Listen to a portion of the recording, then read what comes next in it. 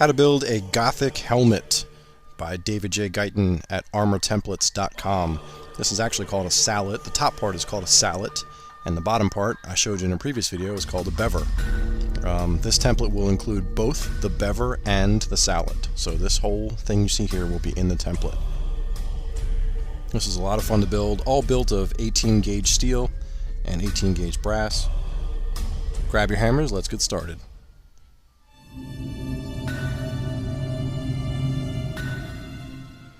Get your template by clicking under the video or in the video, or going directly to armortemplates.com, where all of my templates are available.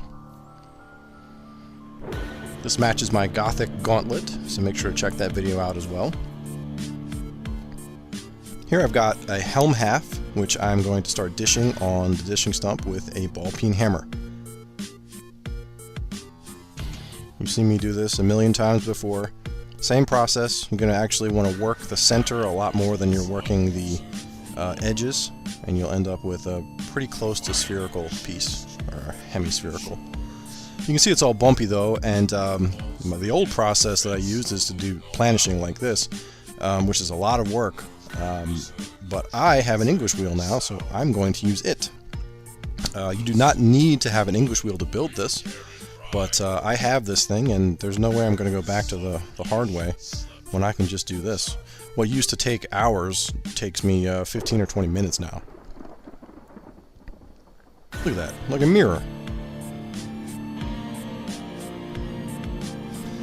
Of course you're going to have to do some trimming. I have a piece of tape here to make a straight line and cut this piece. And tape it together, make sure it fits okay.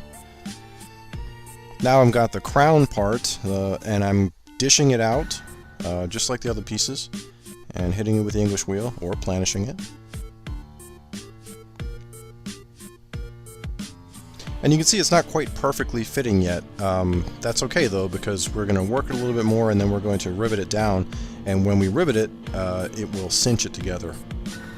Here I've got my rounded chisel, which I am making some creases, some nice straight lines on the front of it. Now these pieces are to hold the two helm halves together. They're made of brass. You could do steel as well, anything you want. But you're going to need to do this if you're not going to weld anything together. Now I had to weld a little bit. That's only because I was in the middle of designing it and I couldn't hold the pieces. So you do not have to weld, but it helped me in the design process. You can see I've left a piece out here on the back because we don't know how long that piece is going to be yet. So once you get that the two helm halves together, mark your holes off. Here's where I welded, by the way. Mark your holes off and drill them so that we can rivet them together.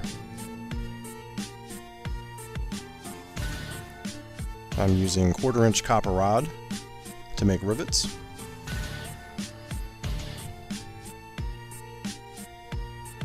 And rivet it all together. Looks great. Here's the mask piece. This piece is not actually cut out neatly, as if you couldn't tell. That's because these pieces are all going to change shape on you a little bit. Everything has a compound curve. Notice I've got it dished more in the center and not so much here at the edges. Here's some more English wheel work to get these bumps out. Man, it's my favorite tool in the shop. What a great tool. Same thing with the crease. We're going to go ahead and make that crease now and file it down so that it's nice and flat and straight. A little bit of sandpaper and a Scotch-Brite pad will get rid of those marks and it'll be perfect. Now I'm fitting the piece together, the helmet to the faceplate. And as you can see, it's not quite perfect. We're going to make sure this is nice and level and straight, however big you want it. And then this top piece here by the ear we're going to trim a little bit later on. To make this flange here, I've just got a pair of pliers. I'm just bending it over. Very simple but effective way to do this. And I'm using a hammer and dolly. Any metal object, flat metal object will work just fine. But I'm going to flatten this out with a hammer and dolly and give this a nice, much more substantial look than just the flat metal.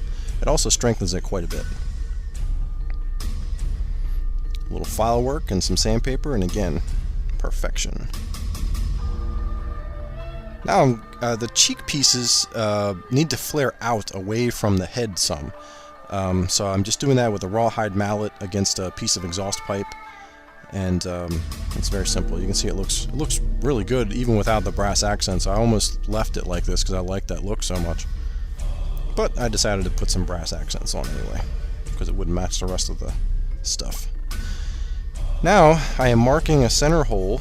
You can see I still need to do some trimming here, but we're not going to get there yet. First we're going to mark a center hole in the mask piece and a corresponding hole underneath of it in the helmet. Okay, now we're going to have to trim this piece here, and also I didn't trim the crown piece yet either. That's not shown in the video. That will have to be trimmed later as well. As you can see, these scallops have not been cut out yet. This is a lame part. Actually, I've heard it pronounced lamb as well. Both are pretty silly to me, so I'm just going to say lame, L-A-M-E. Rounding it on a piece of exhaust and then putting a nice crease in the center and the back, and then we can cut the scallops out. Then we can determine where we need to make cuts on this piece to make it fit the rest of the helmet. Once that's riveted on, you can put your final brass piece in the back. Now, as this thing opens up, you want to make sure that your lames are kind of tilted in a little bit on both sides. You don't want them to interfere with your faceplate. You can see I've got these pieces taped together. They're about 1.5 inches apart. And if you don't know how big 1.5 inches is, my friends in Europe, Google will tell you. Here I've got a spring latch. I'm not going to go into how I made this because I showed you in the Bever video how to do that. You're going to have to make a little clearance for it on the top lame here. These pieces are supposed to move, so right here is supposed to be a loose rivet, which we'll use a roofing nail, loosely riveted, to rivet these things together. And if you're having a problem with them coming down too far, you can always rivet in a piece of leather across the back here so they don't move too far on you.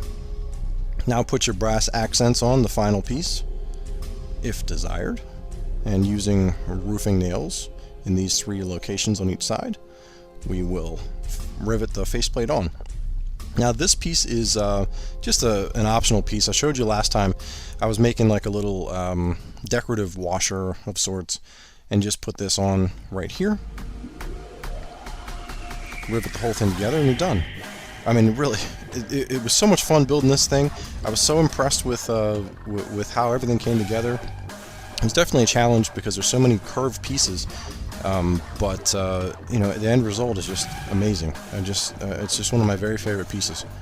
I had so much fun building it. Hopefully you will too.